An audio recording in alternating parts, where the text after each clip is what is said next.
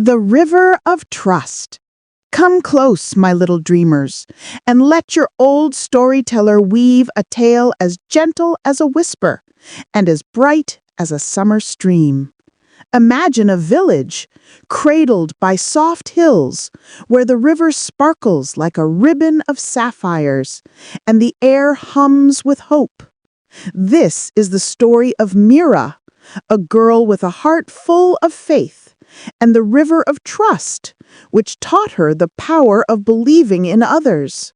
So, pull your blanket snug, let the world hush, and join me for a journey that will light your dreams.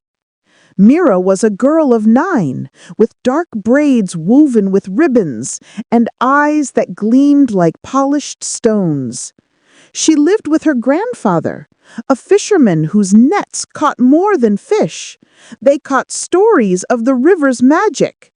Mira loved everyone in her village, from the chattering children to the quiet elders.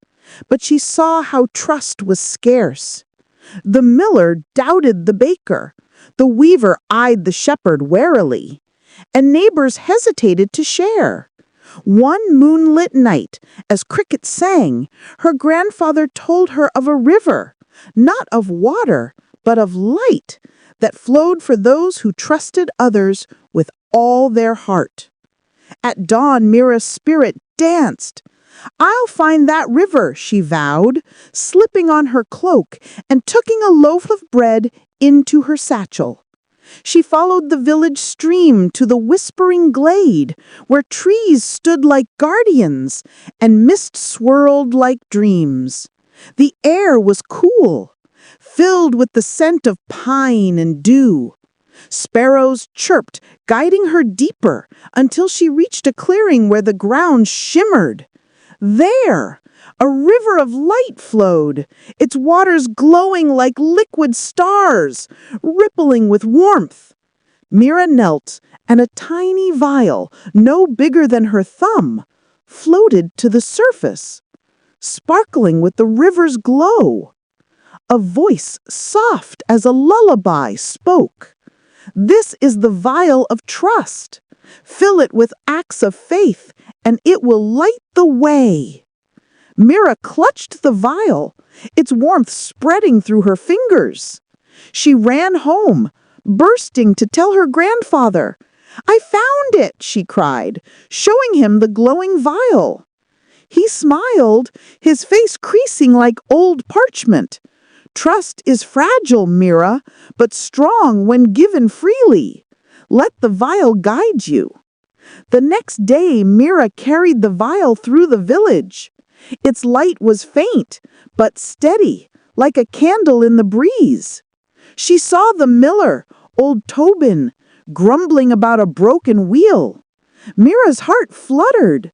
Approaching him felt risky, but the vial warmed. "Can I help?" she asked, offering her bread. Tobin hesitated, then nodded, and together they fixed the wheel. The vial's glow brightened, casting a soft light. That evening, Mira shared her grandfather's fish with a neighbor, trusting they'd share back.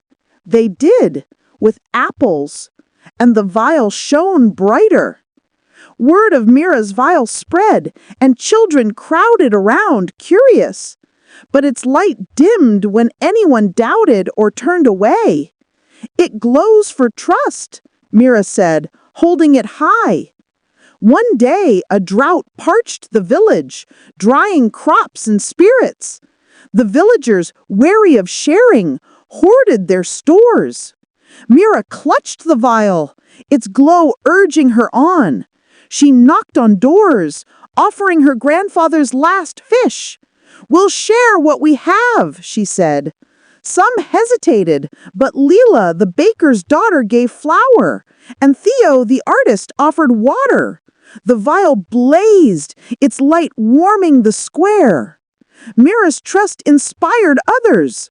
The weaver shared thread, the shepherd wool, and soon the village pooled their resources. They baked bread, mended clothes, and watered fields together.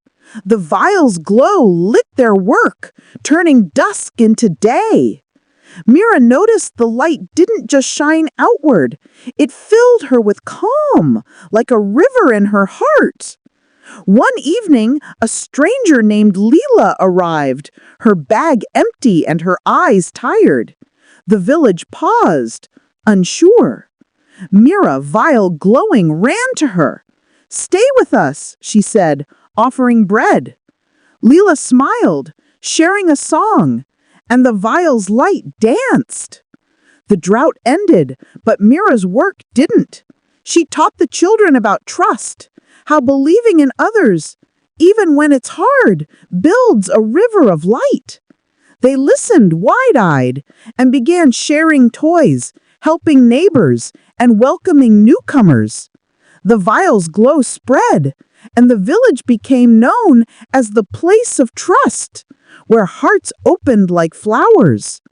Travelers spoke of a girl whose faith lit the valley, drawing others to share in its warmth. One spring, a flood threatened the village, swelling the stream. The villagers, once divided, now trusted each other. Mira, vial in hand, rallied them to build a dam. She trusted Theo to lead the children, Leela to organize food, and even old Tobin to guide the elders.